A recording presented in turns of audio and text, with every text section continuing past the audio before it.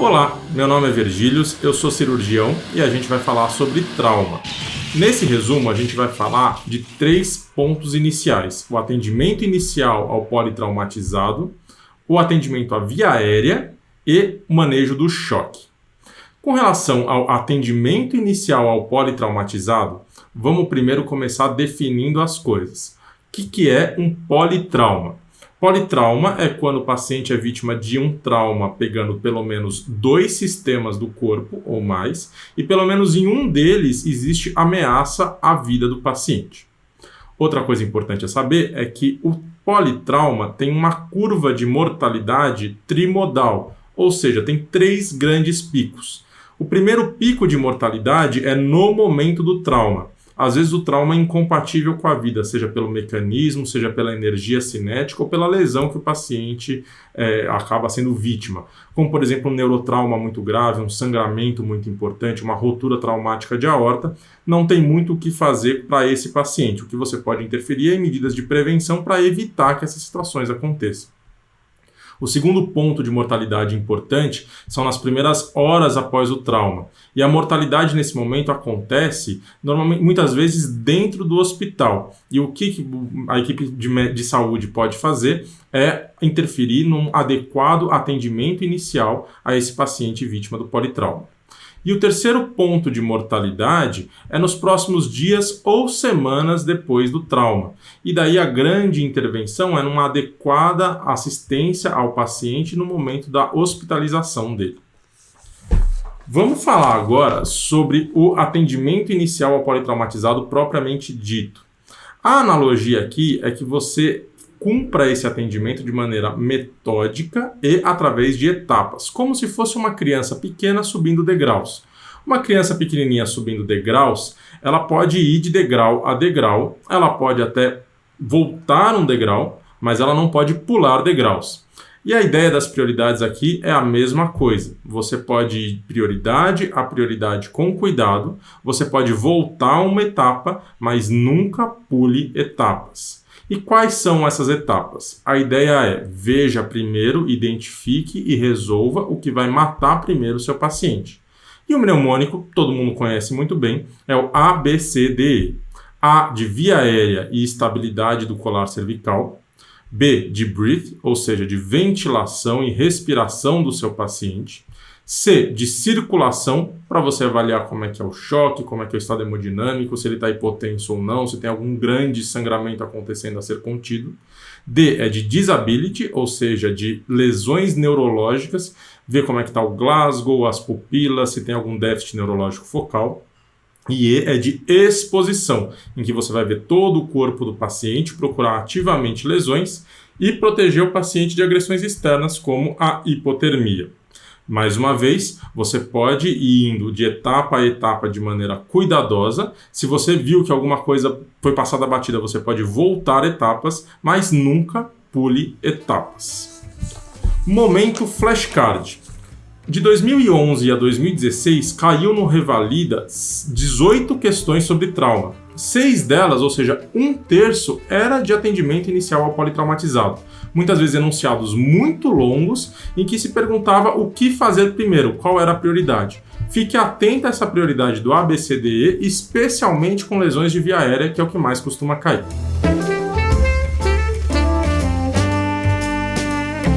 Agora a gente vai falar sobre via aérea, a prioridade absoluta no atendimento inicial ao politraumatizado.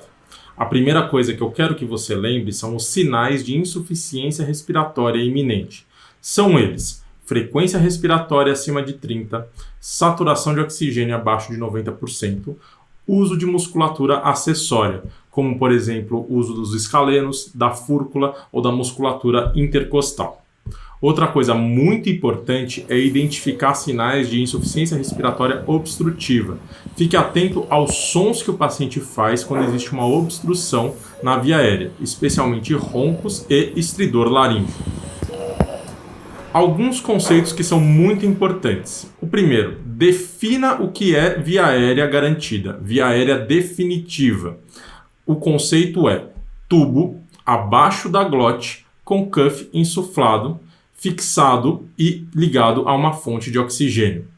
Por quê? Porque as duas palavras-chave são via aérea pérvia e via aérea protegida. Por isso que o tubo tem que estar abaixo da glote e por isso que tem que ter cuff. Alguns exemplos do que são via aérea definitiva: intubação orotraqueal, intubação nasotraqueal, cricotireoidostomia cirúrgica e traqueostomia cirúrgica. Lembrando que crico por punção não é. O que não é via aérea definitiva?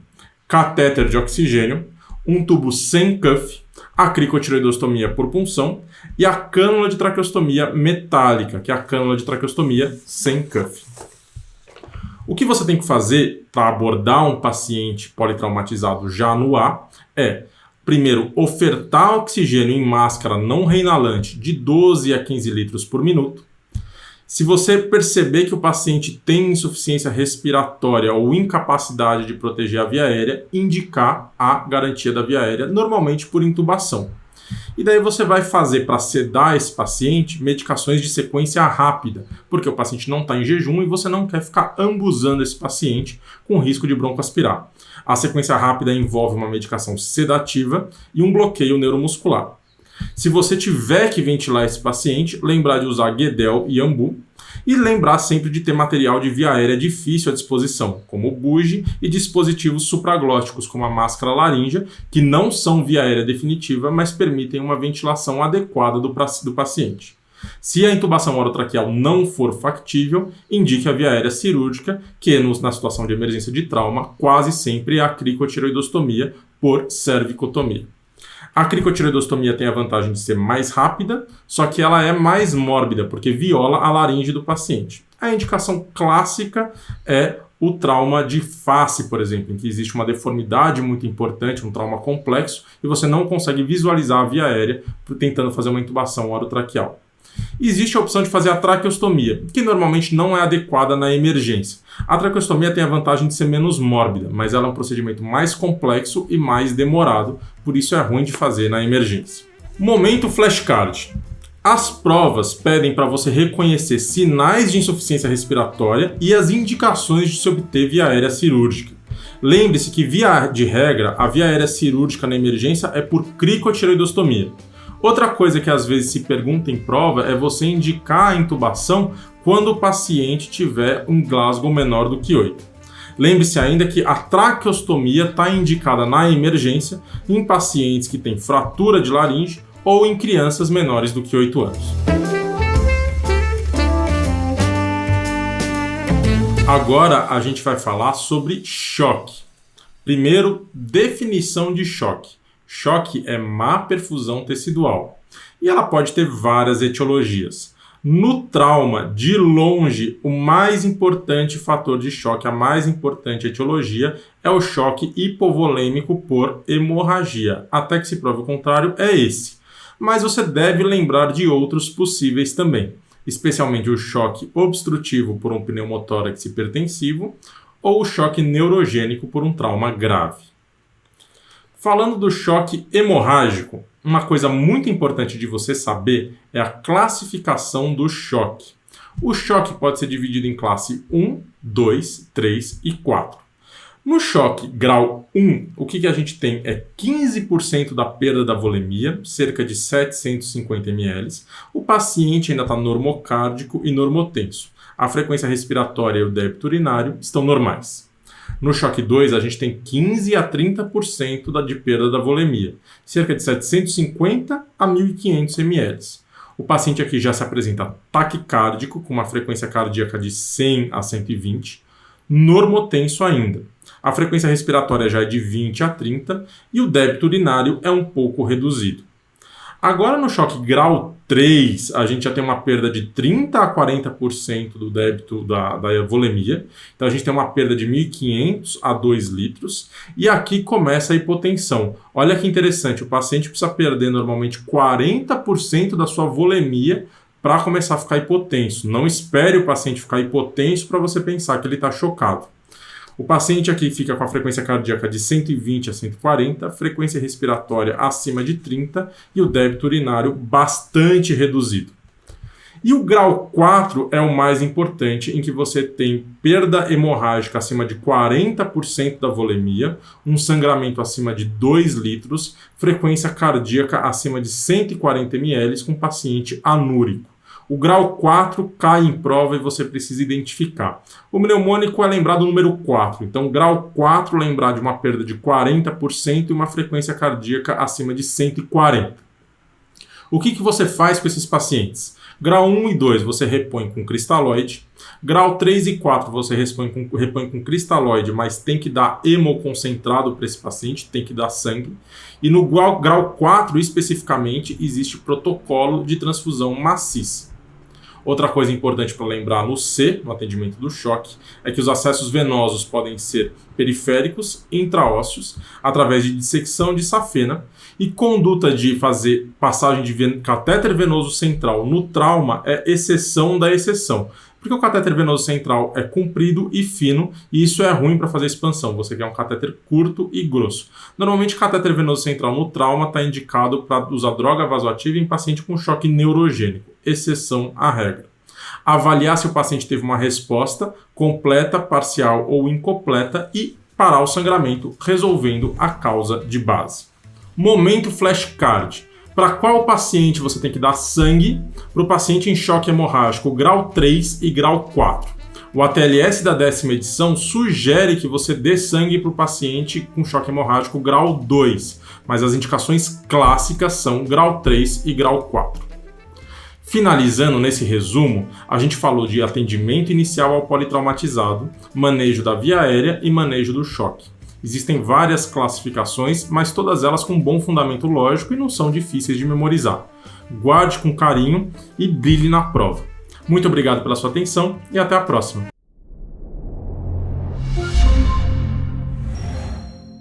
Olá, meu nome é Frederico, eu sou cirurgião do aparelho digestivo e eu queria te convidar para a gente discutir um tema importantíssimo em cirurgia, que é o abdômen agudo.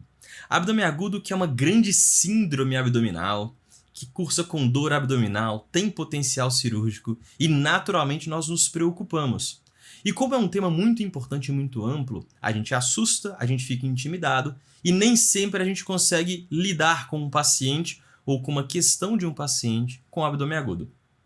Então, de forma a tornar mais prático isso, o que a gente tem que levar daqui para você que está se preparando para uma prova, que tem que desempenhar em cima de um paciente anunciado com abdômen agudo? Você tem que conseguir reconhecer o perfil do paciente, em qual síndrome ele se encontra na subdivisão do abdômen agudo, para você então conseguir manejar ele. O mais importante é reconhecer de qual se trata. E para isso temos que lembrar que o abdômen agudo ele não trata de uma síndrome apenas. A gente consegue subdividir isso e pormenorizar em 5 grandes síndromes, 5 tipos de abdômen agudo. O abdômen agudo perfurativo, o hemorrágico, o vascular, o obstrutivo e o inflamatório. Todos eles têm aí a área de interseção, o sintoma de dor abdominal, mas nem todos eles cursam com a mesma maneira de dor abdominal. O que você tem que pegar para você então ver em qual o paciente se encaixa? Você vai olhar a dor abdominal e vai analisar a instalação da dor abdominal no paciente, como ela se deu. Ela ou vai ser súbita ou ela vai ser progressiva. O que eu quero dizer com isso? A dor ela já vai se instalar subitamente na sua intensidade máxima atual, ou essa dor ela vai se instalar mais leve e com a progressão do quadro, ela vai adquirindo maior intensidade. Ainda sobre a dor abdominal, você vai tentar entender se essa dor tem característica visceral, que não configura peritonite, ou dor de característica parietal, que configura peritonite. Você vai olhar para o paciente, idade, sexo, comorbidades, contexto clínico dele, para tentar entender um perfil que ele pode te dar pista do que está acontecendo com ele, de qual tipo de abdômen agudo. E por fim, você vai olhar as demais manifestações clínicas do paciente, que também podem exibir pistas deste perfil, deste tipo de abdômen agudo. Vamos começar pelo abdômen agudo perfurativo. Talvez um dos mais graves, talvez um dos que a gente mais teme. Conceitualmente, o abdômen agudo perfurativo é aquele que trata de um paciente que apresentou, por qualquer razão que seja, uma perfuração de uma víscera oca com extravasamento de conteúdo digestivo na cavidade abdominal livre. Isso tem que soar grave para você. Esse paciente, como que ele vai se apresentar, então, considerando aquela ideia das características, das subdivisões do abdômen agudo? Quanto à instalação, a gente tem uma dor abdominal súbita. Então, ela já começa em alta intensidade. Do perfil dela, do tipo de dor, essa dor ela é peritoneal, ela tem sinal de peritonite. Dor súbita com peritonite. Essa peritonite, não raro, inclusive é o mais frequente, ela é difusa, acometendo mais de um quadrante, mais de uma região da divisão abdominal de setores. Quando ela pega todo o abdômen, lembra que peritonite aumenta o tônus da musculatura abdominal? O abdômen fica duro igual tábua, e a gente passa a chamar de abdômen em tábua, que é notoriamente um dado semiológico que aponta para o abdômen agudo perfurativo. Esse paciente, ele vai se apresentar como manifestações clínicas adicionais aí, dados de gravidade, dados de choque séptico e da injúria ao órgão-alvo, renal e respiratória. Quanto ao perfil do paciente, você não consegue um perfil tão típico, mas você vai pensar no perfil do paciente homem, de idade um pouco mais avançada, de adulto de meia idade ou idoso e tabagista. Você está diante de um paciente como esse, e aí você reconheceu a síndrome, está meio caminho andado, porque para fazer aí alguma forma de manejo não tem tanto mistério. O primeiro passo é você buscar um pneumoperitônio, né? Que é aquele sinal de gás fora de alça, gás dentro da cavidade peritoneal. Você faz isso com radiografia tipicamente, mas se você tiver TC disponível, ok, pode fazer com tomografia. Não briga com a prova se ela trouxer a tomografia.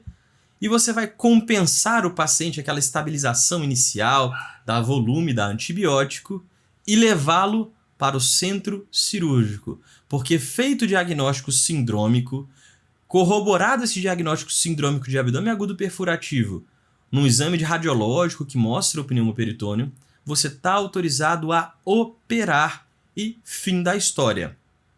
O que habitualmente a gente vai encontrar na cirurgia de laparotomia exploradora?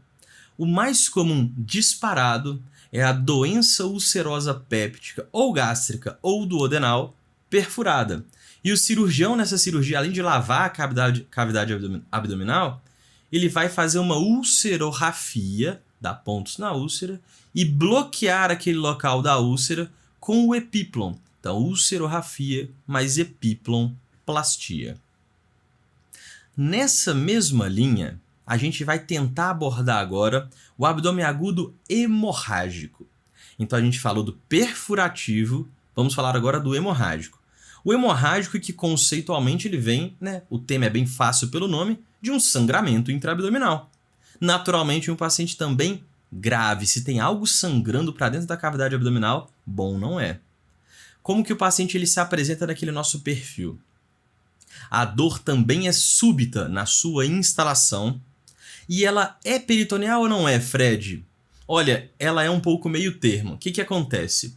Ela é peritoneal, mas o paciente não raro está demasiadamente grave antes mesmo da reação peritoneal acontecer. Não dá tempo de você ter o achado semiológico. Então não se apegue tanto ao caráter peritoneal dela não. Se apegue ao contexto clínico do perfil do paciente, que é um paciente tabagista também, homem de meia idade. Poxa, é parecido. Então, peraí, tem que ter algo diferente. E tem. Quando você olha a clínica associada do paciente, você não encontra um paciente com choque séptico. Pelo contrário, você encontra um paciente com choque hemorrágico. Então a mucosa vai estar descorada, a periferia vai estar fina e a hemoglobina vai estar baixa. Dor súbita num paciente grave, com queda de hemoglobina, com perfil hemorrágico, configura a nossa síndrome de abdômen agudo hemorrágico. E aí o que você vai fazer? esse paciente você vai naturalmente tentar estabilizá-lo. E aqui a estabilização vai estar muito relacionada a dar volume e dar hemoderivados para o paciente. Uma vez estabilizado, esse paciente ele ganha um estudo de angiotomografia para entender o diagnóstico, porque você quer entender de onde ele está sangrando. Se ele nunca estabilizar, você tenta fazer isso com um ultrassom Doppler de abdômen. E aí ele vai para o tratamento cirúrgico, sabe por quê? Porque o mais comum de sangrar para a cavidade abdominal, que é extremamente temido, é o aneurisma de aorta abdominal roto. E aí quem que vai operar esse paciente não vai ser o cirurgião geral, mas sim o cirurgião vascular. Falando no termo vascular, a gente vai pular agora para o abdômen agudo vascular. O abdômen agudo vascular, então, ele vai estar nessa mesma lógica de um paciente que a gente pensou no perfurativo, no hemorrágico. A gente vai pensar no vascular quando o paciente ele tem uma doença que promova isquemia do território mesentérico. Então, as isquemias mesentéricas geram um quadro clínico, um quadro sindrômico de um abdômen agudo vascular. No termos do perfil clínico do paciente, ele apresenta uma dor súbita, também súbita sempre. Só que aqui de caráter nunca parietal, pelo contrário, de caráter visceral. Então é uma dor muito mal caracterizada, embora muito intensa. E esse paciente, ele está muito, mas muito grave. Só que o exame físico dele não consegue encontrar nenhuma dor. Por quê? Porque esse paciente ele tem dor visceral. Então a gente tem aqui uma dissociação entre o que o paciente relata como sintoma e o que você, como médico, encontra no exame físico. E essa dissociação é marcante nesse paciente. Dissociação entre sinal e sintoma. Dor intensa, exame físico pobre. O perfil do paciente é um paciente com doença ateromatosa ou um paciente com doença cardíaca para promover êmbolos, tipo com fibrilação atrial. E aí o que você faz com esse paciente? Estabiliza e consegue sim uma angiotomografia.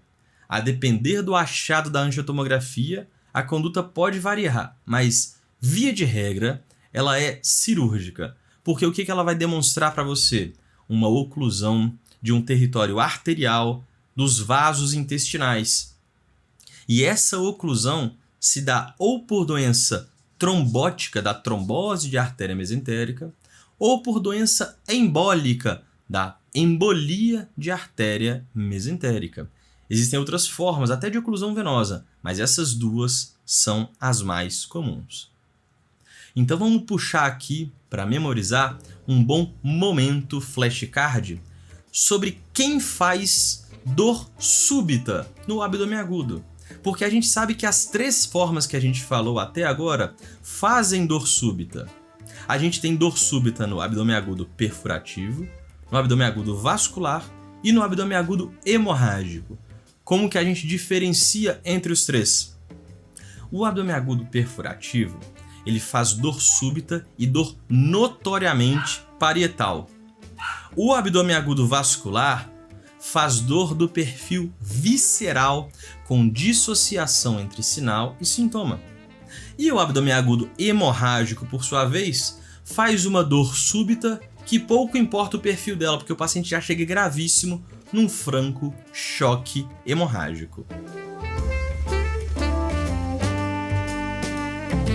Continuando então o nosso tema abdômen agudo, vamos falar agora de uma variante, de um tipo de abdômen agudo que é bem peculiar, que é o abdômen agudo obstrutivo, que é secundário a uma obstrução do trânsito no tubo digestivo. Esse paciente ele vai se apresentar com dor abdominal? Vai. Mas é uma dor que ela não é mais súbita, ela é progressiva e tipicamente ela é encólica. E esse paciente tem uma clínica associada muito clara, porque ele tem parada de eliminação de flatos e fezes, associada a importante distensão abdominal, com ruídos hidroaéreos aumentados, e ao exame do toque retal, ele vai ter a ampola retal vazia. Eventualmente, nesse exame do toque retal, podemos até detectar uma lesão obstrutiva no reto, um tumor de reto. Quando esse paciente ele faz um estudo radiológico, o estudo radiológico vai mostrar sinais obstrutivos, com dilatação de alças, níveis hidroaéreos. A gente pode tentar entender qual alça está dilatada, né? A alça do delgado faz o sinal do empilhamento de moedas, é uma alça mais central no abdômen. Fazendo o contorno da cavidade abdominal, a gente tem alças do cólon, que não faz o sinal do empilhamento de moedas, mas sim mostra os austros nela. E a gente pode observar a ausência de gás na ampola retal. O que a gente vai ter que fazer com esse paciente? A gente vai ter que tentar entender se é uma obstrução de delgado ou se é uma obstrução do cólon. Isso, a clínica do paciente não é muito clara, mas a radiografia ajuda, né? De acordo com esses achados, de acordo com a localização da dilatação das alças e de acordo com o ponto a partir do qual eu nem vejo caracterização de alça nenhuma, a gente chama isso de ponto de parada, a gente pensa em qual território está obstruído. Obstruções altas são do delgado, obstruções baixas são dos cólons. Encontrou um paciente obstruído, o que você faz? Você compensa ele. Hidratação vigorosa, sonda nasogástrica se for uma obstrução alta ou mesmo nas baixas você pode tentar. Antibiótico se necessário e naturalmente jejum. E aí você vai tentar tratar a causa. Quais são as causas mais comuns? Pensando em obstrução de delgado, a gente tem a causa mais comum absoluta, que é a obstrução por aderências pós-operatórias.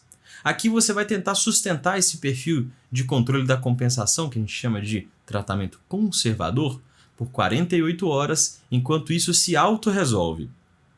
Também pode ter obstrução do delgado por hérnias, em que você trata a hérnia e ponto final. Quando tem obstrução do cólon, às vezes a radiografia já dá o diagnóstico final, porque ela pode mostrar um volvo cólico, que é o volvo do cólon sigmoide.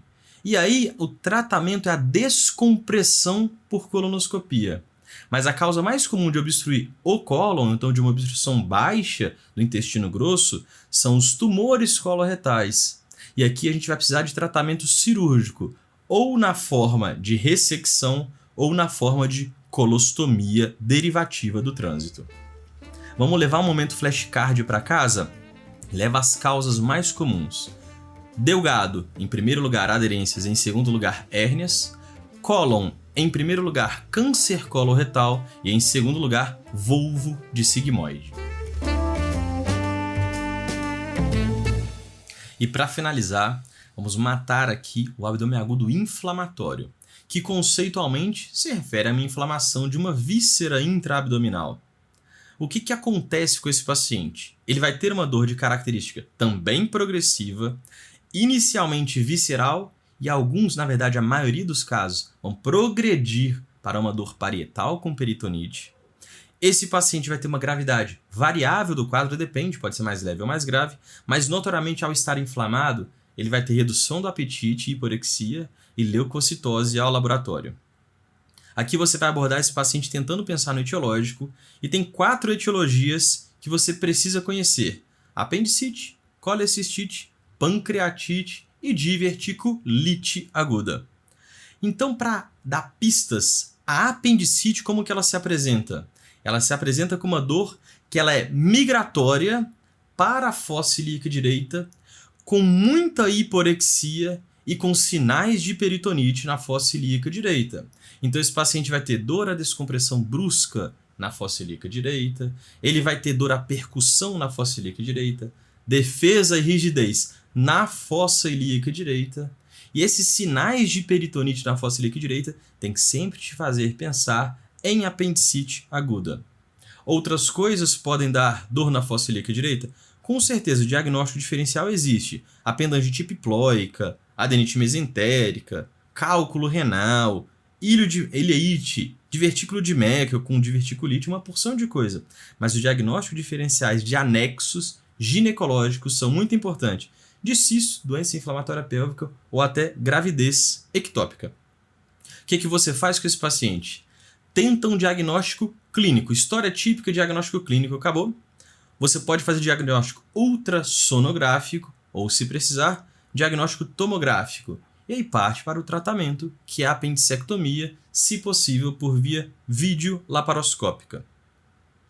A colecistite aguda, essa é razoavelmente fácil, porque ela está no hipocôndrio direito. Então o paciente ele vai ter uma dor, que ela é uma característica também pós-prandial de alimento gorduroso, só que essa dor ela fica durando mais do que 6 horas e pode dar aí febre, etc. Mas esse paciente, no exame físico, ele vai ter um sinal que é o sinal de Murphy, da pausa álgica da inspiração profunda enquanto se palpa o ponto cístico. Ele ganha o ultrassom que, além de mostrar o cálculo na vesícula, mostra ela espessada acima de 4 milímetros, falando que ela está inflamada. E o tratamento é razoavelmente direto. Faça a colecistectomia videolaparoscópica em até 72 horas da evolução da doença. A diverticulite aguda ela é uma doença um pouco mais complexa. O fácil dela é que ela é a única coisa que dói na fossa ilíaca esquerda que a gente pensa rapidamente. Então, para a prova, falou fossa ilíaca esquerda, pensa em diverticulite. O paciente ele vai ter dor na fossa ilíaca esquerda, associada à alteração de hábito intestinal, seja para preso ou para solto. Esse paciente ele vai ganhar uma tomografia, ele precisa da tomografia para diagnóstico. Ela vai dar o diagnóstico e demonstrar classificações aí que vão ajudar no manejo do paciente.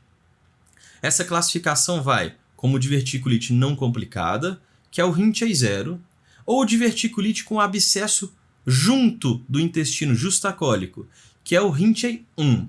Nessas duas, como que a gente maneja? Antibiótico. A gente pode ter o Rinchey 2, com abscesso maior, abscesso à distância, tipicamente na pelve. O que a gente faz aqui? Antibiótico, claro, associado a drenagem percutânea. No Rinchey 3 e no Rinchey 4 temos peritonite purulenta difusa ou fecal difusa. Encontrando um paciente então com peritonite difusa, ele vai direto para a cirurgia laparotomia exploradora e retossigmoidectomia a Hartmann. A gente pensa que um paciente ele vai estar com uma forma complicada de diverticulite quando na fossa ilíaca esquerda, além de dor, ele apresentar sinais de peritonite, viu? E por fim, a pancreatite. A pancreatite que é o abdômen agudo tipicamente não operatório. Esse paciente na clínica você mata ao entender que ele tem dor abdominal no andar superior do abdômen epigástrico irradiando para os flancos ou para o dorso, associada a muitas, mas muitas náuseas, e esse paciente vai ter intensa síndrome de resposta inflamatória sistêmica, motivando tudo quanto é alteração clínica, a depender da gravidade da doença. É uma doença que pode ser por cálculo biliar, em primeiro lugar, álcool, em segundo lugar, ou idiopática, em terceiro lugar. E o manejo é você dosar a amilase e lipase diante de um paciente como esse, para com a clínica e com a elevação de enzimas você fazer um diagnóstico, partir para a estabilização clínica e deixar esse paciente em medidas de suporte de acordo com a gravidade da doença. A gente chama de pancreatite leve, aquela que não tem disfunções orgânicas, moderadamente grave, aquela que tem disfunção orgânica única transitória, ou grave, aquela que tem múltiplas disfunções orgânicas que são duradouras. O paciente é mantido em jejum, com medidas de suporte em UTI se necessário, se for moderada ou grave, recebe volume, reanimação volêmica e a tentativa mais precoce possível de reintrodução da dieta, e é proibido dar antibiótico. O que a gente faz quanto à vesícula do paciente quando é pancreatite biliar? A gente opera na mesma internação se for um caso leve ou após 6 semanas se for um caso grave. Então eu queria puxar aqui um momento flashcard que pega o abdômen agudo como um todo, que é importante e pode aparecer na sua prova, que é abdômen agudo e Covid. Nessa pandemia é importante que diante de abdômen agudo a gente consiga manter as condutas e apenas adicionar proteções, tanto para o paciente quanto para a equipe, e testar sempre que possível. Para finalizar, o que a gente então abordou nessa aula como um todo? A gente abordou as 5 síndromes de abdômen agudo: o perfurativo, o hemorrágico, o vascular, o obstrutivo e o inflamatório, de acordo com seus perfis de apresentação clínica, e no inflamatório a gente dividiu nos 4 principais: apendicite, colecistite, diverticulite e pancreatite. Espero que tenha sido extremamente proveitosa para você essa aula.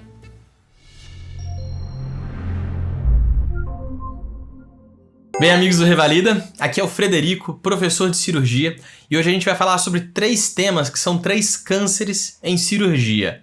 A gente vai falar do câncer de esôfago, do câncer de estômago e do conjunto dos tumores periampulares. A gente vai começar pelo câncer de esôfago, que é um câncer extremamente agressivo, que sofre daquele problema crônico em doença oncológica, que ele é pouco sintomático no início. Quando ele se torna sintomático e você faz o diagnóstico, costuma estar na fase incurável da doença. Ele é um dos 5 mais frequentes no tubo digestivo, embora a estatística dele tenha uma grande ressalva que logo eu já vou te contar. Pensa que o paciente, então, ele tem uma doença oncológica. O que ele vai apresentar para você? O que todo paciente com uma doença oncológica, um tumor maligno, vai apresentar: perda ponderal e síndrome consumptiva.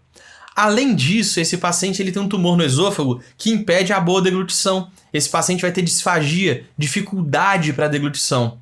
Pode ter outro sintoma? Claro, pode ter sangramento crônico ali pelo tumor, manifestando numa anemia ferropriva, por exemplo.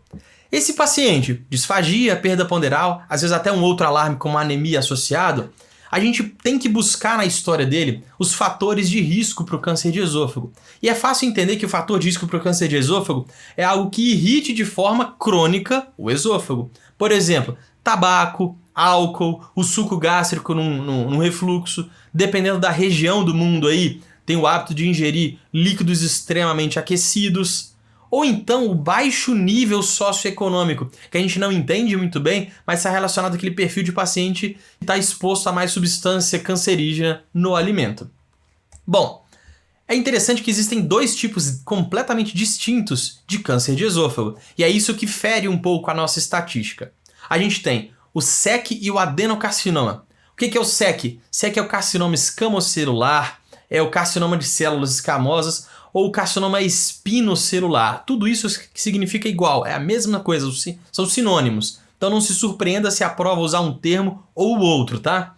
O SEC é historicamente o mais comum. Ele está relacionado a doenças que vão irritar o esôfago na sua ingesta. Então é o tabaco, é o cigarro e aquela região, por exemplo, o sul do Brasil, ou então os países vizinhos do sul do Brasil aí. O que a gente tem de hábito cultural? O chimarrão, que é um chá que é ingerido de forma muito aquecida. Então tudo isso pode irritar o esôfago de forma crônica, prolongada e predispor ao câncer. Isso também é fator de risco para outros cânceres como tumor de cabeça e pescoço. Então quando a gente encontra um paciente com disfagia, perda ponderal, que tem tabagismo, etilismo, tumor de cabeça e pescoço associado, caso ele apresente então a nossa suspeita que é um tumor de esôfago, o tipo histológico vai ser o SEC. E isso difere do nosso tumor do outro espectro, que é o adenocarcinoma, porque o adenocarcinoma, o irritante, ele está vindo do estômago para cima, não é mais ingerido, ele é refluído. É o suco gástrico. Refluxo prolongado gera esôfago de Barrett, que é a metaplasia intestinal, que é fator de risco para displasia, e adenocarcinoma, que é a neoplasia. Quem é o paciente que tem refluxo? É o obeso de uma dieta ocidental. Então entenda que são espectros culturais, são espectros socioeconômicos, espectros físicos diferentes que apresentam fatores de riscos distintos para adenocarcinoma e para carcinoma escamocelular. Por isso a gente tem essa mudança populacional prevista. A gente tem antigamente, quando se fumava mais, a gente tinha mais SEC, e hoje em dia, como a população está engordando e parando de fumar, a gente está mudando a apresentação de SEC para adenocarcinoma. Como isso está no Brasil? Meio a meio. Se o nosso paciente então tem um quadro suspeito, como que eu vou investigar? Endoscopia digestiva alta, que vai me mostrar a lesão tumoral, vai me mostrar a altura da lesão tumoral e vai fazer a biópsia. E a altura da lesão tumoral é importante. Por quê? O SEC, o fator de risco, ele é ingerido, tende a dar tumor um pouco mais alto no esôfago médio. Enquanto o adenocarcinoma, ele tem como fator de risco o refluxo, e com isso o tumor é mais baixo próximo à transição esôfago-gástrica. Encontrei um tumor na endoscopia, fiz a biópsia, dei o tipo histológico, vou fazer o estadiamento com tomografia de tórax, abdômen, pelve e pescoço. E ali eu vou somar em casos seletos a broncoscopia e o PET scan. O que eu posso encontrar? Um tumor curável, um tumor localizado, restrito ao esôfago, ou um tumor incurável, que eu já tenho metástase à distância, ou que eu tenho invasão de estruturas mediastinais adjacentes, sobretudo respiratória. O paciente que é curável, como que eu curo ele? Com cirurgia, esofagectomia, em geral acompanhado no pré-operatório de quimio-radioterapia e no pós-operatório de quimioterapia isolada. A gente chama isso de terapia trimodal. E o paciente que é incurável? Eu faço um tratamento paliativo. Garanto que ele coma por alguma via uma sononasventérica, uma gastrostomia ou uma jejunostomia. Se estiver sangrando, eu faço radioterapia hemostática e, por fim, eu palio o câncer em si com uma quimioterapia paliativa. Agora, momento flashcard sobre câncer de esôfago. Como que ele aparece no Revalida? O cenário do Revalida é o cenário do grosso da população brasileira, atenção primária à saúde. Então você tem que imaginar como que esse paciente se apresenta lá. Vai ser a fase diagnóstica, a fase da suspeição clínica através da disfagia com perda ponderal, a fase da suspeição do tipo histológico, analisando os fatores de risco, SEC com tabagismo e etilismo, adenocarcinoma com seu refluxo e a obesidade, e aí a investigação por uma endoscopia digestiva alta. Na sequência agora, a gente fala do câncer gástrico. Câncer que tem muita semelhança com o câncer de esôfago em alguns aspectos. Por exemplo, ele normalmente é assintomático, oligossintomático nas fases iniciais. Quando diagnosticado, costuma estar numa fase avançada. É um tumor que tem uma alta letalidade por causa disso e que ele também compõe aí o top 5 dos cânceres digestivos. Ele tem a sua incidência caindo porque a gente tem controlado os fatores de risco dele cada vez mais na população. Esse é um aspecto. Por outro lado, em algumas regiões, tipo Brasil, parece que a incidência tende a subir, mas não é uma incidência real. É só a gente fazendo mais diagnósticos à medida que a população tem mais acesso ao método investigativo. Então vamos lá, o paciente com câncer de esôfago, ele tem o quê? Disfagia, né? E o do estômago? O do estômago ele tem menos sintomas ainda. Ele fica com epigastralgia, uma síndrome dispéptica, a esclarecer. Às vezes o tumor sangra e dá uma anemia, uma perda crônica aí de ferro. E o paciente vai ter câncer, ele vai ter síndrome consumptiva, perda ponderal, emagrecimento, fraqueza. Paciente com fraqueza, um paciente com um alarme de perda ponderal com epigastralgia, eu penso em câncer gástrico. Como que eu investigo? Da mesma forma que o câncer de esôfago. Eu boto um endoscópio e vejo agora o estômago. E na hora que a gente faz isso, a gente vai ver uma lesão ulcerada, tumoral ali, que é claramente suspeita. Ou a gente vai ver um pólipo. E aí tem até uma classificação para diferenciar uma da outra. Classificação de Borman. Respira um pouquinho, para um pouquinho o que você está fazendo e pensa comigo. O Borman vai de 1 a 4. Borman 1 é uma lesão que ela é macroscopicamente como na endoscopia, um pólipo. Borman 2, uma úlcera de bordos elevados, bordos bem definidos. Borman 3 é uma úlcera que esses bordos estão agora mal definidos, eu não consigo limitar ela claramente. Então uma úlcera de bordos infiltrativos. E o Borman 4, que é uma lesão difusa no estômago, que a gente dá o nome de linite plástica. Isso pode cair na prova para você, se sintonize, para você se familiarizar com os nomes, com os termos, correto? E aí quando você faz essa análise macroscópica, você faz uma biópsia que vai te dar o aspecto microscópico tumoral. O tipo histológico do câncer gástrico é o adenocarcinoma, isso é fácil. O lance é que existem subtipos histológicos distintos no câncer gástrico. A gente chama eles de tipo intestinal, ou tipo difuso do cara que descreveu, que é o Lauren. E como que a gente lida com isso? O tipo intestinal é o do homem idoso, que ele tem de base como fator de risco uma gastrite atrófica, por exemplo, da anemia perniciosa, da infecção pelo H. pylori. É o paciente que tem uma dieta ocidentalizada, e ele tem uma tendência, quando espalha, a metástases hematogênicas para os pulmões ou para os fígados, bem nas fases mais avançadas. Costuma ser um tumor mais bem diferenciado. E tem o tipo difuso. Tipo difuso, ao invés de dar no homem idoso, é o contrário, é na mulher jovem. Uma mulher que tem uma história familiar de câncer gástrico em mulheres prévias da família, que tem o tipo sanguíneo A, demonstrando que tem um aspecto genético hereditário dessa doença, e as metástases aqui são mais precoces para os linfonodos e para o peritônio. Esse tumor tende a ser mais indiferenciado.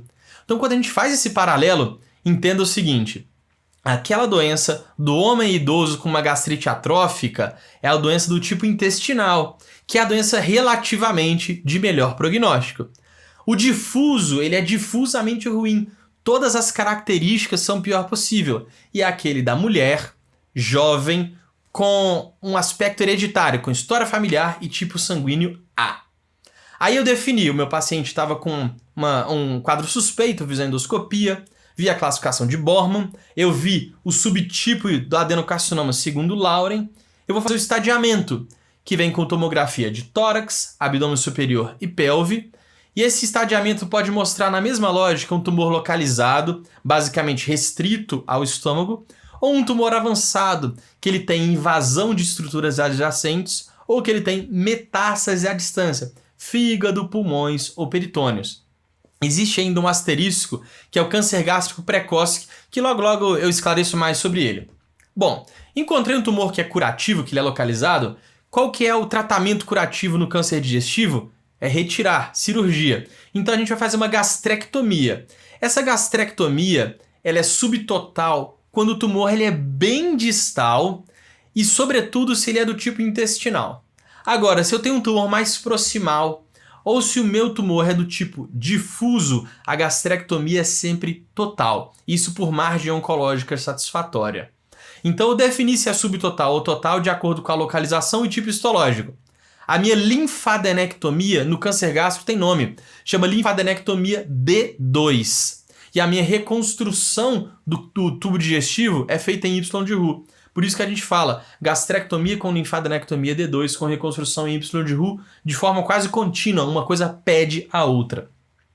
No paciente que, por sua vez, ele é paliativo, qual que é o tratamento? Se o paciente está sangrando, eu posso fazer uma radioterapia hemostática ou, claro, retirar de forma não curativa o estômago. Eu tenho que garantir que esse paciente se alimente. Então, se o tumor é obstrutivo, eu faço um bypass, uma anastomose do estômago com jejum, uma gastroenteroanastomose.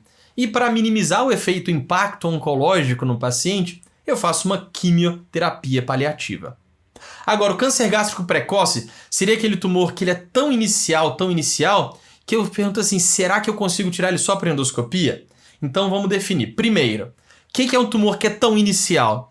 Ele é até T1, ele é submucosa, no máximo acometida. E aí, isso é só isso, a definição independe do acometimento linfonodal por enquanto. Agora eu vou me perguntar, dentre os precoces, quais que eu tiro por endoscopia de forma curativa? Aí a gente tem que entender, só o que vai até T1A, que é até a mucosa. O que eu faço com esse paciente? Eu olho para a cara do Bormann dele. Se for uma lesão não ulcerada, ou seja, Bormann 1, eu posso prosseguir. E se ela for pequena, eu posso prosseguir, menor do que 1 centímetro. E se ela for do tipo intestinal, aquele que é mais relativamente melhor prognóstico, eu posso prosseguir. Então, dentre os tumores precoces, aqueles que são pequenos, não ulcerados e tipo intestinal de Lauren, eu resseco por via endoscópica. Os demais todos eu trato por cirurgia de forma habitual. Momento flashcard agora sobre o câncer gástrico, a gente tem que entender que o grande cenário da população brasileira em saúde é a atenção primária à saúde. Então pensa precoce naquele paciente, pensa lá no início da doença dele, aquele que está buscando diagnóstico. Então vamos lembrar como suspeitar. É um paciente com uma síndrome consumptiva, uma perda ponderal, um paciente que pode sangrar da lesão e fazer uma anemia ferropênica crônica aí, que ele tem provavelmente algum sintoma discreto, como uma síndrome dispéptica ou uma epigastralgia, e que o nosso método investigativo vai ser a endoscopia, que vai me mostrar a classificação de Bormann da lesão, e a biópsia, que vai mostrar um adenocarcinoma e subtificar em tipo intestinal ou difuso de Lauren.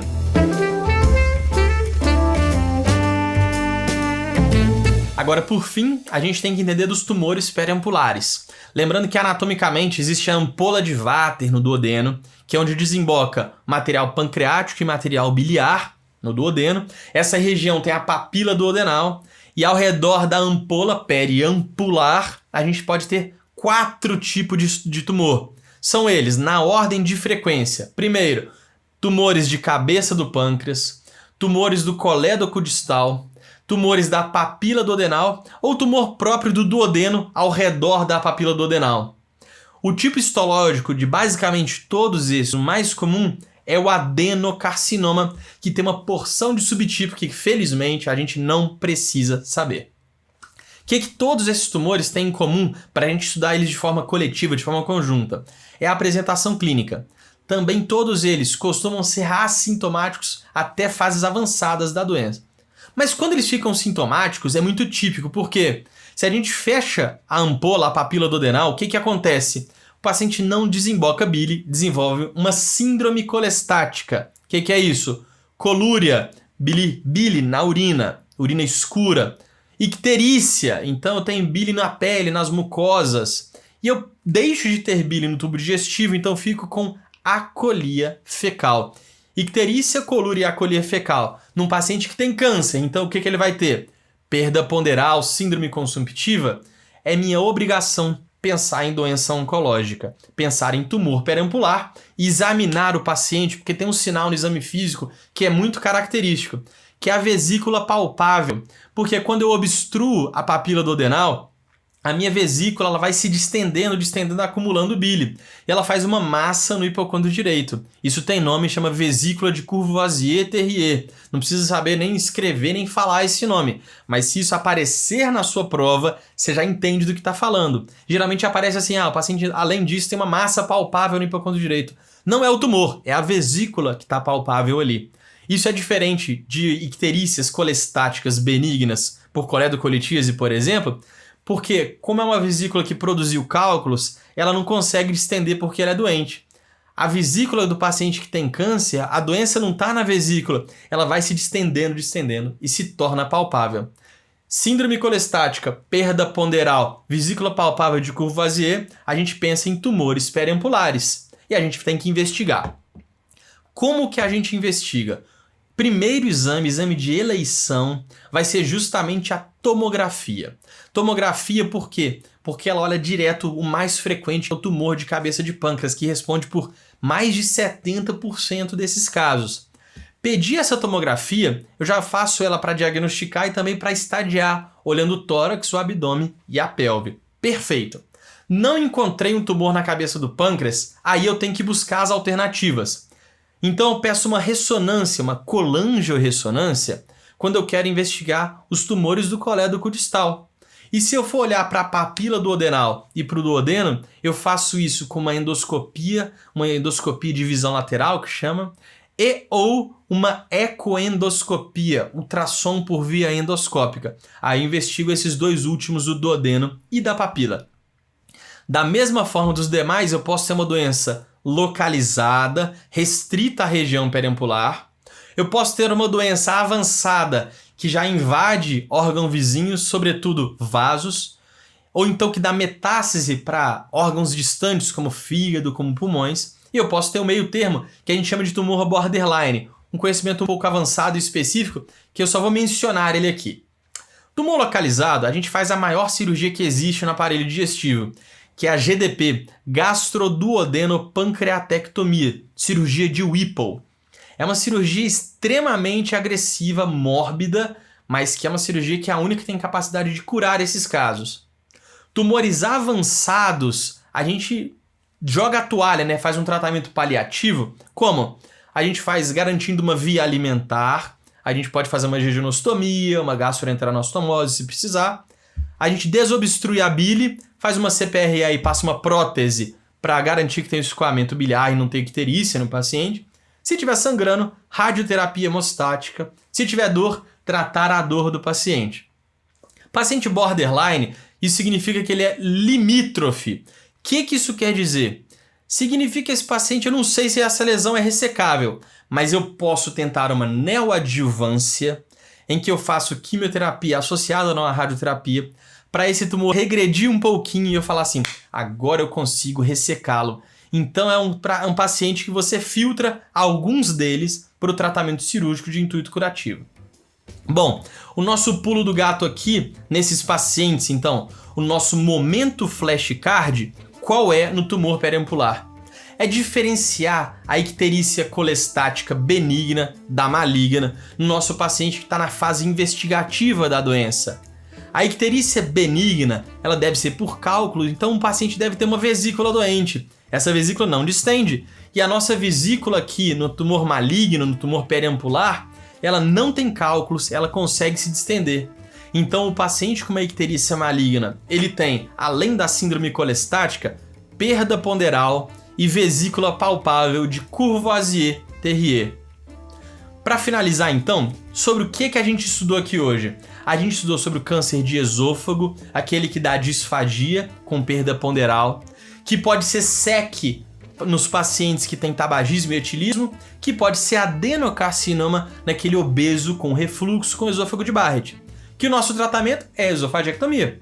A gente viu câncer gástrico, que costuma ser mais assintomático, tem uma síndrome dispéptica com epigastralgia, que ele vai ser investigado com endoscopia e ver a classificação de Bormann, de acordo com o aspecto macroscópico, e de Lauren, de acordo com o subtipo histológico da lesão, cujo tratamento vai ser uma gastrectomia associada à linfadenectomia D2. E a gente viu sobre tumores periampulares, que englobam pâncreas, cóledo distal, papila duodenal e duodeno, que se manifestam como a síndrome colestática com vesícula palpável e o alarme de síndrome consumptiva e cujo tratamento é a gastroduodeno-pancreatectomia.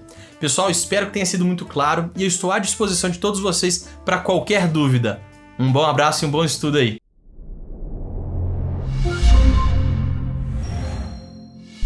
Tudo bem, gente? Sou Rodrigo Delmuth, sou professor de cirurgia e vamos falar agora hoje desse mini resumo sobre ATLS, tá bom? É a parte inicial do ATLS. A gente vai falar do quê? Do atendimento inicial ao paciente politraumatizado, sobre via aérea e rapidamente sobre trauma torácico. Então são esses 3 tópicos que iremos falar hoje. Vamos falar agora sobre atendimento inicial ao paciente politraumatizado. Gente, é simples assim. ATLS é ABCDE. ATLS é ABCDE. Tem que ser nessa sequência. A de via aérea, B de ventilação e respiração, C de status hemodinâmico, tá bom? De choque, de circulação, D, que é o disability, que é o status neurológico do paciente, Glasgow, pupilas, movimentação e lateralização, e E de exposição e prevenção da hipotermia. A sequência sempre vai ser essa, ABCDE. Você não pode pular etapas, tá? Uma coisa muito importante que muito aluno acaba perguntando: Rodrigo, mas e o XABCDE? Calma lá, o XABCDE é coisa do PHTLS, do pré-hospitalar. O que é o XABCDE? O X é de exsanguinante, aquela hemorragia que está sangrando muito, muito, muito. Em alguns casos, que é exceção da exceção, presta atenção, acorda aí, ó. Exceção da exceção, se o autor te der um membro inferior com sangramento arterial ativo, você primeiro vai lá e vai comprimir esse sangramento e depois você vai na via aérea. Mas isso, gente, só vi uma vez cobrado em prova. É algo novo, tem 3, 4 anos. E isso acontece muito quando? Em guerra, entendeu? Isso é coisa do norte-americano, do ATLS que está lá na batalha, que explode uma granada e tem um sangramento da artéria braquial jorrando sangue.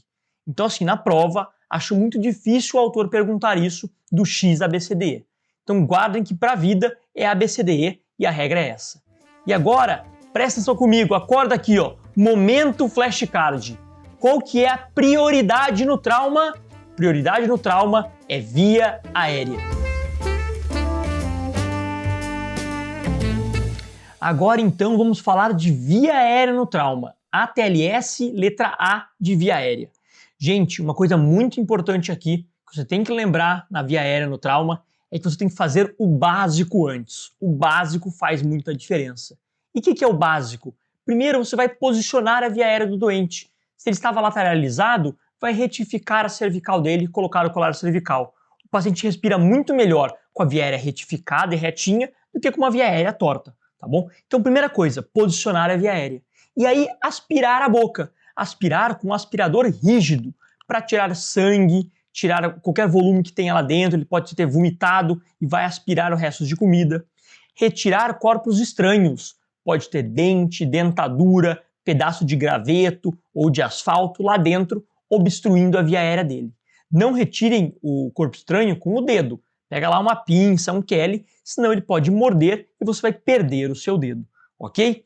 Então fui lá, posicionei via aérea, retifiquei via aérea, aspirei, tirei o corpo estranho. O que mais você pode fazer? As manobras básicas do trauma, que é elevar o mento ou tracionar a mandíbula. É o jaw thrust ou o chin lift. Isso vai ajudar a retificar a via aérea. Se o paciente respondeu bem essas manobras, você pode usar a cânula orofaríngea ou a cânula de Guedel, em excelente, e ela serve para levantar a base da língua e o paciente não se afogar com a própria língua. E além disso, oxigênio. Oxigênio é vida, ninguém vive sem oxigênio. Então você precisa fornecer oxigênio em alto fluxo para o paciente. Trauma não é oxigênio com cateterzinho pequenininho não. Isso aí é coisa de clínico. Você tem que dar muito oxigênio. Como? Máscara não reinalante. Então aquela máscara completa com um balão aqui atrás, que é a máscara não reinalante. Quantos por cento de oxigênio? 100% de O2. É o máximo possível que você pode fornecer. E um alto fluxo. Pelo menos aí 12 litros por minuto. A literatura varia um pouco. Às vezes vai a 10 litros por minuto, às vezes a 15. Então guarda, entre 10 e 15 litros por minuto, 100% de O2. Isso é excelente. Mas tá bom, eu fiz tudo isso, fiz manobras básicas, elevei o mento, tracionei a mandíbula, coloquei a cânula de Guedel, aspirei, tirei o corpo estranho e o paciente continua com uma via aérea não pérvia, tá bom? Eu vou lá, ele tá com muito sangue na via aérea, não adianta aspirar, continua tendo muito sangue. O que eu faço, gente? Já fiz tudo isso, não resolveu, agora sim eu estou autorizado e eu posso passar para uma via aérea mais avançada, uma máscara laríngea, por exemplo, ou uma intubação orotraqueal. Só depois que eu fiz tudo isso. Eu não vou entubar direto o doente antes de fazer alguma coisa assim, ok? E agora, para vocês, momento flashcard, gente. Prestem atenção, hein? Trauma grave de face, fratura de mandíbula e maxila, muito sangue na via aérea, sem possibilidade de aspiração. Eu aspiro e tem muito sangue. Qual que é a conduta, então? Cricotireoideostomia. Vamos lá recapitular. O que é a cricotireoideostomia? Cricotireoideostomia é um procedimento cirúrgico invasivo, mas muito rápido e teoricamente fácil de ser feito. Eu vou abrir diretamente a membrana cricotireoidiana entre a minha cartilagem cricoide e minha cartilagem tireoide. Eu só faço a crico por punção se eu não conseguir entubar o meu doente, se eu não conseguir passar uma máscara laríngea. Então guardem, a via aérea de escolha cirúrgica no trauma é a crico, tá bom? Não consegui entubar, crico eu faço. No trauma tem que ser assim. A crico por punção ou cirúrgica, tanto faz. E traqueostomia, Rodrigo? Traqueostomia no trauma é exceção da exceção da exceção. A traqueostomia eu só vou fazer se o paciente for criança, menor do que 12 anos, ou se eu tiver um trauma de laringe que eu não consegui entubar. Tomem cuidado com isso, porque trauma de laringe eu posso entubar, mas se eu não conseguir, eu não posso fazer a crico. Aí eu preciso partir direto para a traqueostomia. Guardaram isso? É isso que você tem que saber sobre via aérea no trauma. E agora vamos falar de trauma torácico dentro do ATLS, tá bom? Aqui com vocês em trauma torácico, eu quero falar sobre 3 temas diferentes. Primeiro, pneumotórax, hipertensivo pneumotórax simples. Depois, hemotórax. E por último, contusão pulmonar e tórax instável. Vamos lá falar sobre pneumotórax, gente. O que é pneumotórax? É quando eu tenho ar dentro da cavidade pleural, tá? Mas fora do pulmão, entre a pleura parietal e a pleura visceral. Esse ar está entrando por algum lugar, por alguma fístula.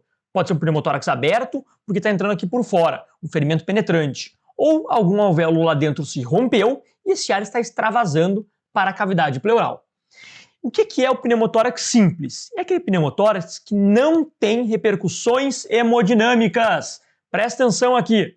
Se o pneumotórax tiver repercussão hemodinâmica, isto é, choque, hipotensão, má perfusão, ele vira um pneumotórax hipertensivo. Esse é o grande diferencial. Se eu tiver um paciente chocado, é pneumotórax hipertensivo. Se eu tiver um paciente que não está chocado, pneumotórax simples, tá bom? O pneumotórax simples, como que eu vou avaliá-lo no exame físico? Eu vou lá e vou auscultar. Então, se eu tiver um pneumotórax desse lado, aqui desse lado, meus murmúrios vesiculares estarão abolidos ou reduzidos. Eu vou lá e faço percussão. Tum, tum, tum. Se tiver hipertimpânico, é porque tem muito ar lá dentro, é um tambor. Então, murmúrio vesicular reduzido e hipertimpanismo à percussão, isso é um pneumotórax. Como distinguir do hipertensivo? Primeiro, no hipertensivo eu posso ter estase jugular, tá bom? Por quê? Porque o meu retorno venoso não consegue voltar para o coração. O meu coração está colabado, está apertado, sendo empurrado para o outro lado. Então, estase jugular. Além disso, eu vou estar hipotenso, porque ele está chocado, sinais de má perfusão periférica. Uma coisa que na prática é muito difícil de ver, mas na prova pode ter, é desvio de traqueia para um lado. Se eu tenho um pneumotórax desse lado, a traqueia vai estar sendo empurrada para o outro lado, porque olha o ar aqui, ó, empurrando tudo para o lado de lá, tá bom? Esse é um pneumotórax hipertensivo. E qual que é a grande diferença do tratamento? O pneumotórax hipertensivo, eu primeiro tenho que fazer a punção de alívio. É mandatório que eu faça a punção de alívio para o pneumotórax hipertensivo. E aonde que eu faço essa punção? Acorda aí, vem comigo, ó. Isso foi uma mudança do ATLS em 2018, a 10ª edição do ATLS. Classicamente, a gente sempre fez a punção aqui, na segundo espaço intercostal, linha hemiclavicular. O novo ATLS, ele sugere que essa toracocentese de alívio seja feita aqui, ó, no 4º, 5º espaço intercostal, já na linha axilar média ou anterior, no mesmo local da minha drenagem de tórax. Ele sugere, não é obrigatório, mas ele sugere. Depois que eu fiz a punção de alívio, eu transformei aquele pneumotórax hipertensivo em um pneumotórax simples. E aí qual que é o tratamento do pneumotórax simples? Drenagem pleural em selo d'água, drenagem fechada. Sempre 4º, 5º espaço intercostal, linha axilar média ou anterior. E aí você conseguiu diferenciar se o pneumotórax é simples ou hipertensivo. Guardem também uma coisa muito importante. Pneumotórax hipertensivo, você não pode fazer raio-x, tá bom? O diagnóstico ele é eminentemente clínico. Você só faz raio-x para pneumotórax simples. Aí pode fazer, não tem problema. Então já falamos de pneumotórax, vamos falar agora sobre hemotórax. O que os autores gostam de perguntar em prova? Sobre o hemotórax volumoso, o hemotórax maciço. Por definição, o hemotórax maciço é aquele com mais de 1,5 litro após a drenagem.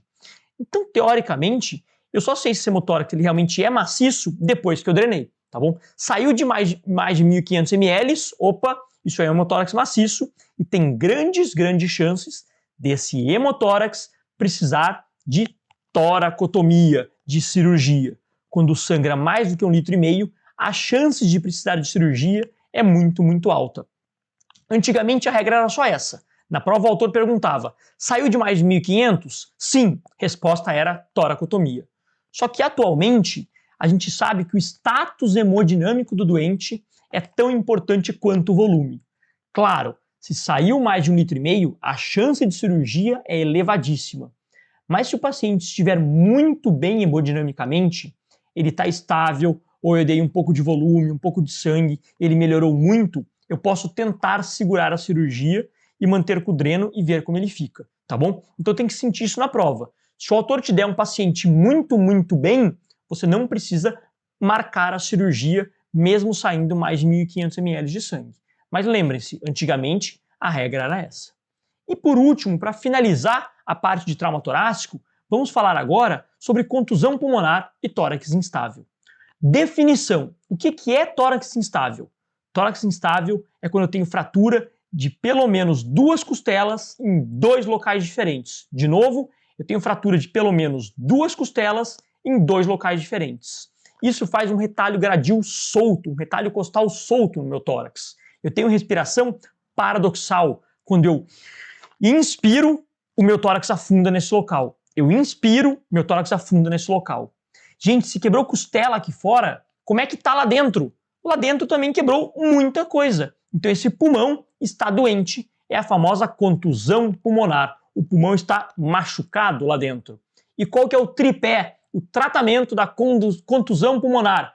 O tripé, ele é analgesia importante, com morfina, com opioide.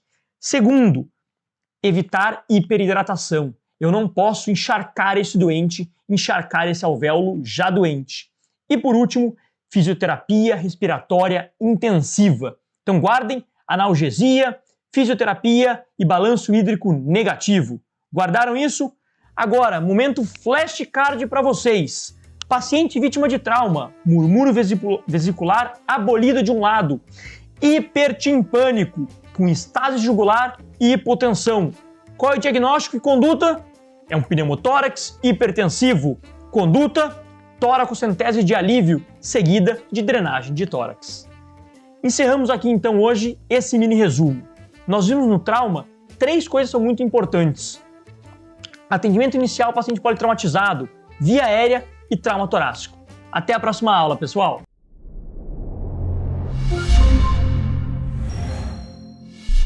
Bem-vindos, eu sou Rodrigo Delmucci, professor da cirurgia, e vou falar hoje com vocês sobre 3 temas muito quentes para a prova de trauma do Revalida, gente. Quero falar com vocês hoje sobre choque, sobre trauma abdominal e sobre paciente queimado no ATLS, tá bom? Então vem aqui comigo, primeiro vamos falar sobre choque. O que é choque? Por definição, choque é um estado de má perfusão periférica. Se o paciente está mal perfundido, esse paciente está chocado. Toma muito cuidado, não é igual a hipotensão. Como assim, Rodrigo? Vou explicar para vocês. Todo paciente hipotenso está sim em algum grau de choque, mas nem todo paciente chocado apresenta hipotensão. Conseguiram entender a diferença?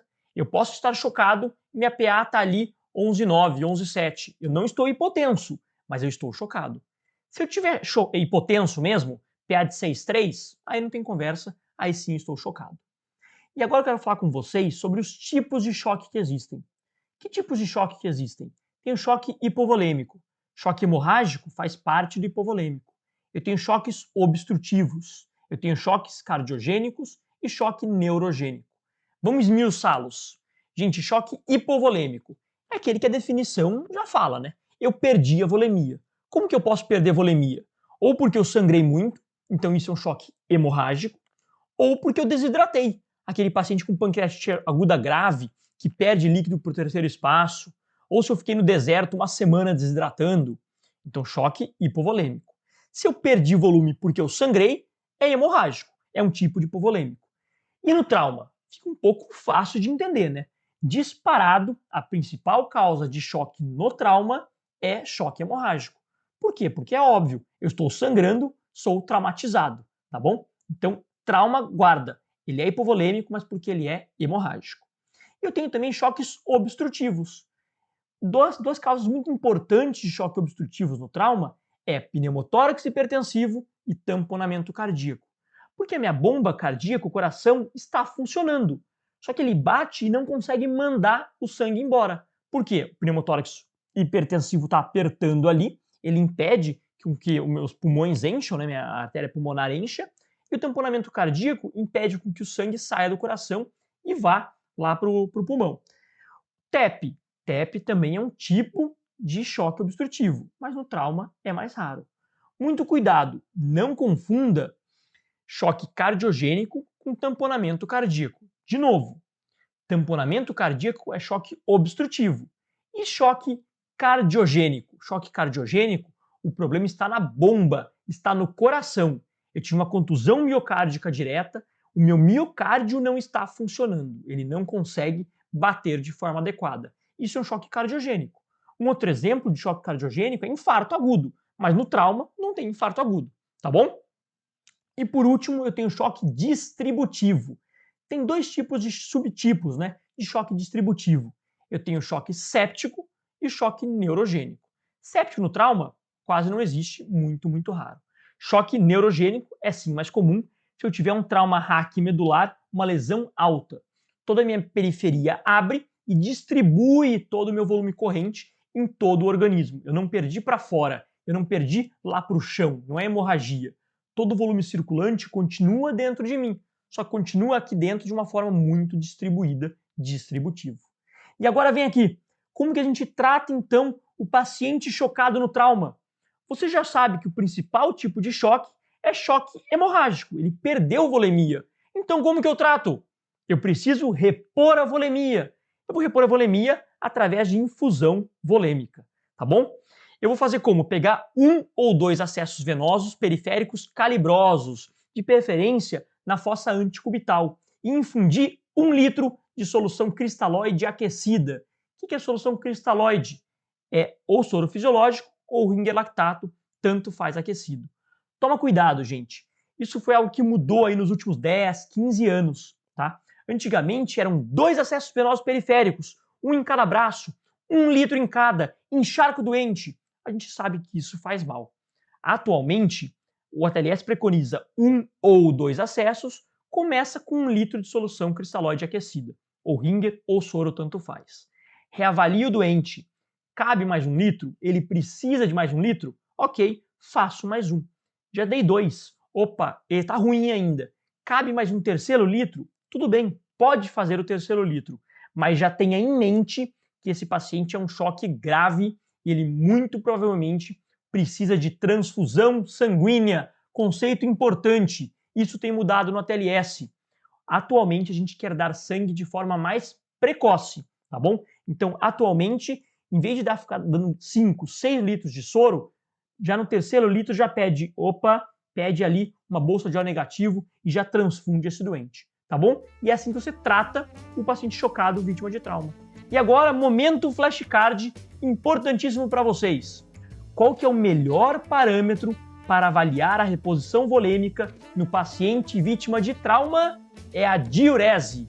Diurese é o melhor parâmetro para avaliar se a sua reposição volêmica está sendo eficiente.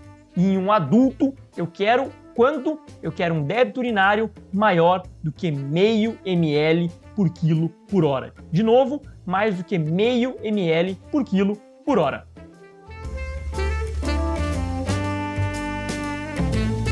E agora vamos falar de trauma abdominal aqui dentro do Revalida, gente. Trauma abdominal. O trauma abdominal mais comum é o contuso. Ele pode ser contuso ou aberto, que é o penetrante, tá bom? Disparado, mais de 80, 90% dos traumas são contusos, fechados. E a principal causa deles são acidentes automobilísticos. Os outros 10, 15%, aí é penetrante. Ferimento por arma de fogo, ferimento por arma branca, isso varia muito de região para região do nosso país, tá? E aí tem uma regrinha para você saber qual órgão lesa mais em qual tipo de trauma. Por quê? Porque no trauma contuso, o mais lesado são vísceras parenquimatosas, especialmente o baço. Então lembra, bateu é contuso, B de batida, B de baço. E se for facada, gente? Ferimento por arma branca, facada é fígado. F de faca, F de fígado. E tiro, opa, se tiro, pegou a tripa, tá bom? Então guarda assim, batida baço, facada fígado e tiro é tripa, tá bom? Mas vamos falar um pouquinho então sobre trauma contuso. Falei para vocês que o que mais lesa é o baço, depois do baço é o fígado, tá bom? É a segunda víscera mais acometida. Por quê? Porque são vísceras parenquimatosas. E qual que é a conduta no trauma contuso, hein? Presta atenção aqui, tô falando do contuso. Vai depender da estabilidade hemodinâmica do seu paciente. Se o paciente estiver estável, é tomografia computadorizada. Se o paciente está instável, quer dizer, está chocado, PA baixa, taquicárdico, ele não pode nunca ir para a tomografia. Senão ele vai morrer dentro da máquina de tomografia, tá bom? Esse paciente tem que fazer o FAST. E aí o FAST são as 4 janelas. Subxifoide, abaixo de xifode, espaço espleno-renal e hepatorrenal, entre baço e rim, entre fígado e rim, e suprapúbico para ver o fundo de saco. Se o FAST vir positivo, tem líquido livre e é um paciente instável, a conduta é cirúrgica, tá bom? Vamos voltar um pouquinho lá para a tomografia. Paciente estável, foi para a tomografia e aí na tomografia mostrou que tinha uma lesão ou de baço, ou de fígado, ou de rim, tanto faz. Guarda aqui comigo. Uma lesão de víscera parenquimatosa, tá bom? Estava lá lesado. Pode estar um pouco lesado, muito lesado, destruído. A conduta nesses casos vai variar muito mais do caráter do paciente, se ele está estável ou instável, do que do grau da lesão em si na tomografia. Entenderam isso? Acorda aí, vou repetir. A conduta, o manejo de víscera parenquimatosa lesada no trauma depende muito mais do status hemodinâmico do paciente do que do achado tomográfico. Tá bom? Eu posso ter um baço, um fígado ou um rim muito destruído na tomo, com uma lesão muito importante, um grau 3, 4, 5. Não fica decorando os graus não, tá? Mas se o paciente está bem, se ele está hemodinamicamente estável, ele não tem peritonite, tá? Ou ele estava instável, eu dei uma bolsa de sangue, ele estabilizou, a minha conduta pode sim e deve sim ser conservadora, tá bom? O que é conservadora? Interno doente, mantém jejum, colhe HB de 6 em 6 horas ou de 8 em 8 horas. Faz o HB seriado desse paciente. Se o HB estiver caindo muito, ou ele apresentar hipotensão, ou ele piorar, aí muda a história. Aí tem que fazer cirurgia. Eu posso usar mão também da arteriografia, a radiologia intervencionista, tá bom? Eu vou lá e embolizo uma artéria sangrando no baço ou uma artéria sangrando no fígado. Eu tenho que fazer obrigatoriamente a radiologia intervencionista se na tomografia eu tiver um blush arterial, tá? Se tiver lá no baço ou no fígado branquinho, quer dizer que é uma artéria sangrando ativamente, aí tem que fazer radiologia intervencionista.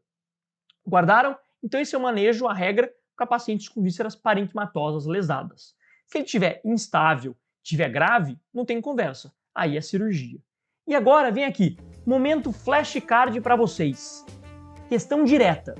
Paciente instável, traumatizado, FAST positivo. Qual a conduta? Cirurgia, faca na caveira. Não fiquem inventando aqui.